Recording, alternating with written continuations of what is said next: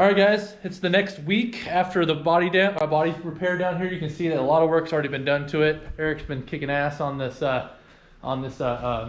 primer and Bondo and even some fiberglass work. So let me show you what we got here. And so this has come a long way. This whole back end is just about done. Doors are gonna come off. We're gonna block sand those, get some Bondo work on that.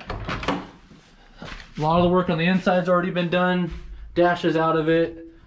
You can see the work down here. Around the other side,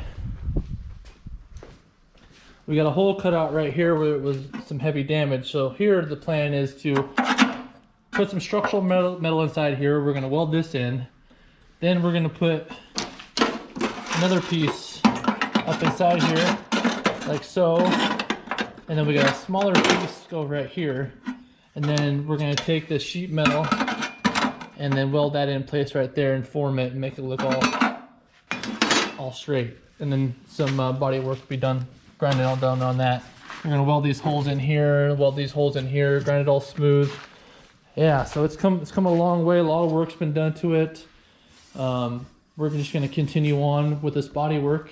That way, when the engine comes back from rebuild, it'll be ready to be thrown in. We're also gonna take this gearbox out of here. We're gonna take the gearbox out, the steering gearbox. We're gonna have it remanufactured and then put back in. We decided to do that so that way we don't have to fight it later after the engine's already in. So it's best to do it now, get it out of the way. That way it's nice and new and we don't have to mess with it afterwards. So yeah, let's get going.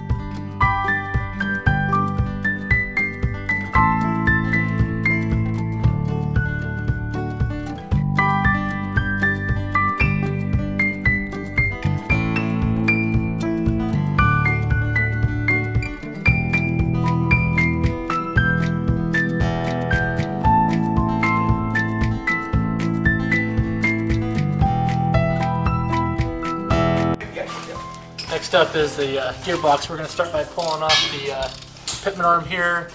The gearbox has some mounting bolts that we're going to pull off, and then probably consult the book and see how the shaft comes out, if we have to take it off from the inside or if we can take it off from right here. Hopefully it just kind of pulls out and maybe there's a keeper or something like that.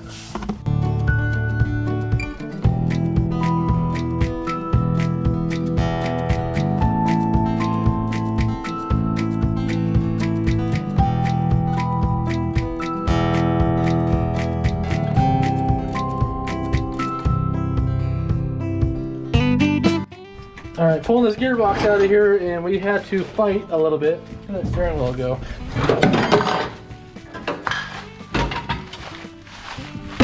Should have recorded this, but good news is it's getting replaced anyway. So the condition it's in doesn't matter. We broke a lot of pieces, but that's fine. So inside here, you got your turn signal assembly.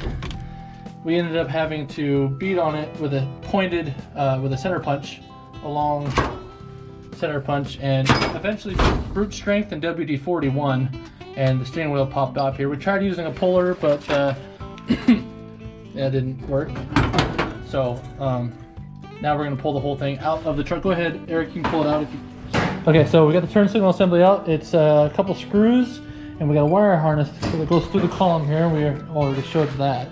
So before we pull this thing all the way through the column, we're going to tie a wire on the bottom of these.